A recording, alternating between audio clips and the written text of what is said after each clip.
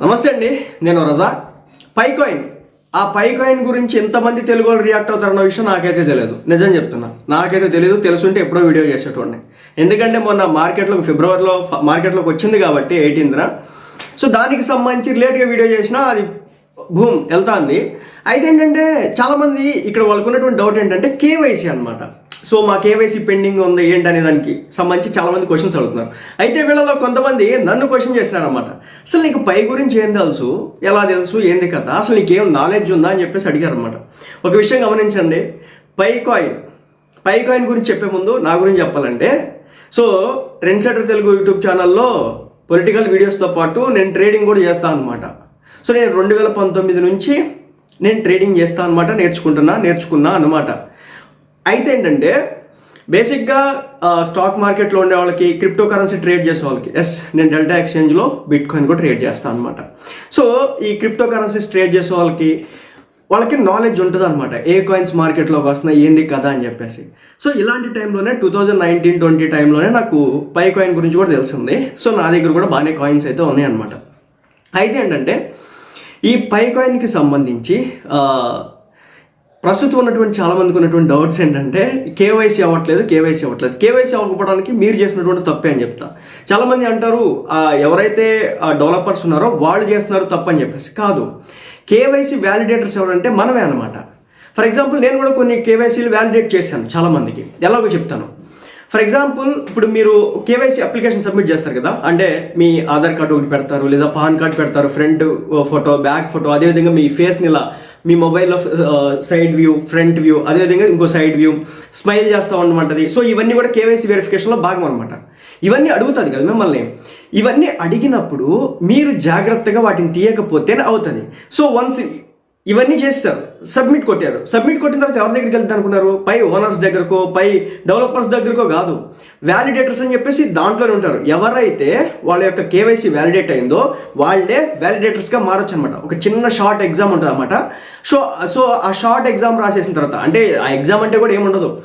అంటే ఒక Aadhaar card example తీసుకుందాం. దోస్తో దాంట్లో నేమ్ కరెక్ట్గా ఉందా, ఏమన్నా ఫేక్ నేమా, అదేవిధంగా జెండర్ ఏమన్నా ఫేక్గా ఉందా, అదేవిధంగా డేట్ ఆఫ్ బర్త్ ఏమన్నా క్లియర్గా కనిపించకుండా ఉందా, అదేవిధంగా ఫేస్ రౌండ్ ఫేస్, దీనికి ఓవెల్ షేప్, వీటికి సంబంధించి క్లియర్గా ఉందా.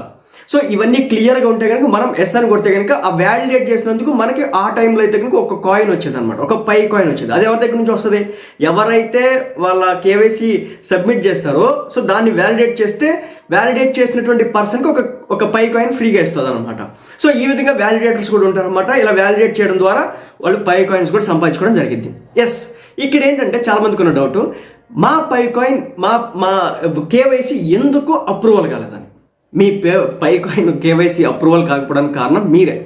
ఏమంటే మీరు ఏదైతే అప్లికేషన్ సబ్మిట్ చేస్తారో సో సబ్మిట్ చేసేటప్పుడు కొన్ని గవర్నమెంట్కి సంబంధించినటువంటి ఆధార్ కార్డ్ కావచ్చు, పాన్ కార్డ్ కావచ్చు, డ్రైవింగ్ లైసెన్స్ కావచ్చు, వీటిని అడిగిద్ది అనమాట. వీటిలో ఏదన్నా ఇస్తారా అని చెప్పేసి. అప్పుడు చాలామంది ఆధార్ కార్డ్ని ఎంచుకోవడం జరిగింది. అయితే ఏంటంటే ఆధార్ కార్డు ఎంచుకున్న టైంలో వీళ్ళు ఏం చేస్తారంటే Aadhaar card top to bottom పెద్దది ఉంటుంది కదా, సో ఆ పెద్దదాన్ని ఫోటో తీసేస్తారనమాట. ఫ్రంట్ సైడ్ ఒక ఫోటో, బ్యాక్ సైడ్ ఒక ఫోటో, తర్వాత తీసేసి దాన్ని సబ్మిట్ చేస్తారు. అలా చేస్తే పై వ్యాలిడేటర్స్ ఎవరైతే ఉన్నారో దాన్ని యాక్సెప్ట్ చేయరు. దాన్ని యాక్సెప్ట్ చేయాలంటే కొన్ని రూల్స్ ఉంటాయి.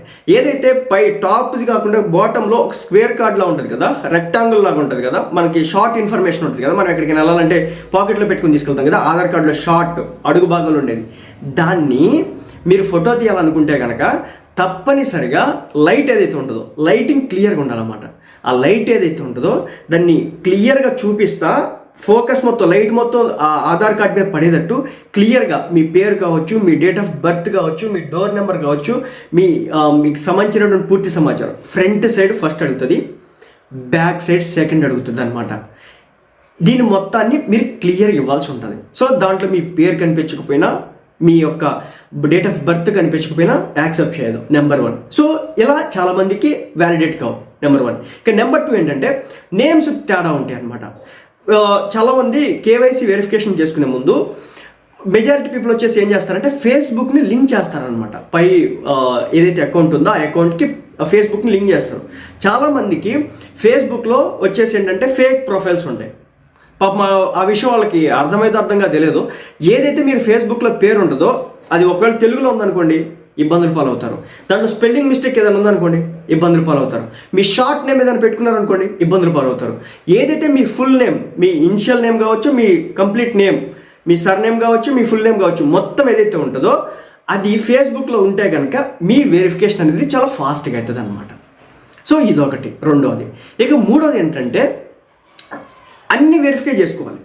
ఫస్ట్ ఏంటంటే ఫేస్బుక్ని ఏ విధంగా అయితే వెరిఫై చేస్తారో అదేవిధంగా మీ ఈమెయిల్ ఐడి ఏదైతే ఉంటుందో దాన్ని అప్డేట్ చేసుకోవాలి. ఈమెయిల్ ఐడి అప్డేట్ చేసుకోకపోతే కనుక అవ్వదన్నమాట.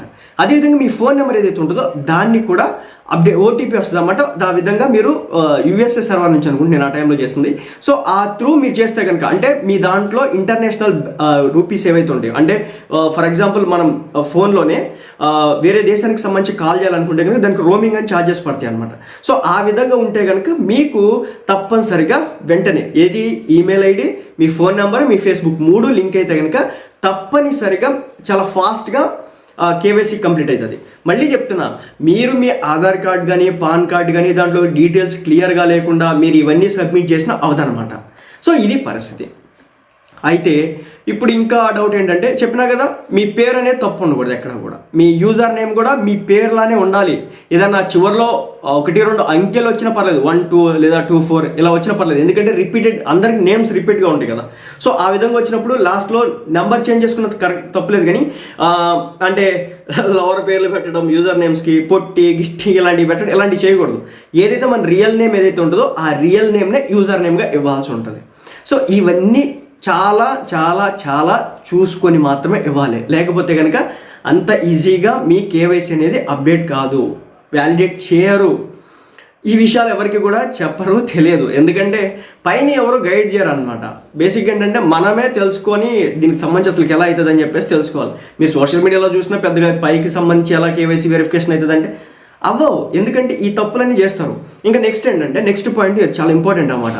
మీరు ఎప్పుడైతే కేవైసీ వెరిఫికేషన్ చేసేటప్పుడు మీరు ఫేస్ని వర్చువల్గా రికగ్నైజ్ చేయించాల్సి ఉంటుంది. దాంట్లో అది ఏం చేస్తుంది అంటే ఒక ఫోన్లో మీ ఫ్రంట్ కెమెరా ఆన్ చేసినప్పుడు కేవైసీ వెరిఫికేషన్ అప్పుడు అడుగుతుంది, ముందే చెప్తుంది చాలా క్లియర్గా మీ ఫేస్ ఫోటోలు కూడా తీయమని చెప్పేసి. సో ఒక రౌండ్ సింబల్ వస్తుంది అన్నమాట. ఆ రౌండ్ సింబల్లో ఎగ్జాక్ట్గా మన ఫేస్ అనేది సెట్ కావాలి. అంతే తప్ప అటుపక్క సగం వాల్స్, ఇటుపక్క సగం వాల్స్, లేదా బ్యాక్గ్రౌండ్ మొత్తం పడిపోయి ఫేస్ ఇంత చిన్నగా ఉండేటట్టు చేయకూడదు. ఏదైతే మన ఫేస్ ఇదంతా ఉందో అదంతా కూడా ఆ సర్కిల్ షేప్లో రావాలి.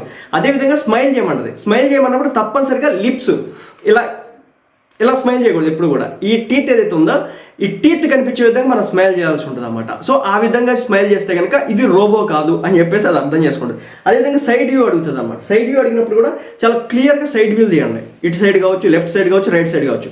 సైడ్ వ్యూ క్లియర్గా తీస్తే మాత్రమే అది మీకు వ్యాలిడేట్ అవుతుంది. లేకపోతే ఎట్టి పరిస్థితుల్లో కూడా వ్యాలిడేట్ కాదు. చాలామంది ఇక్కడ లాస్ అవడానికి రీజన్ ఏంటంటే నెంబర్ 1 పేర్లు తప్పు ఉండడం, నెంబర్ 2 ఏంటంటే ఈ ఏదైతే నేను చెప్పినానో ఫేస్బుక్ కావచ్చు, మెయిల్ కావచ్చు, మొబైల్ నెంబర్ కావచ్చు, వీటిని వెరిఫై చేసుకోకపోవడం.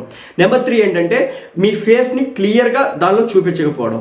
నెంబర్ 4 ఏంటంటే మీరు ఏదైతే ఈ పై యూజర్ నేమ్ అయితే ఉంటుందో దానికి సంబంధించి ఏవో అడ్డమైన పేర్లు పెట్టడం. సో వీటన్నిటి కారణంగా మీ కేవైసీ అనేది వ్యాలిడేట్ అవ్వకుండా ఉంటుంది అన్నమాట. కాబట్టి వీటిలో ఏదైనా ఇష్యూ ఉంటే సాల్వ్ చేసుకోండి. లేదు ఇంకా అవ్వలేదంటే కనుక తర్వాత చెప్పండి, నేను మళ్ళీ దానికి సంబంధించి ఏం చేయాలో చెప్తాను.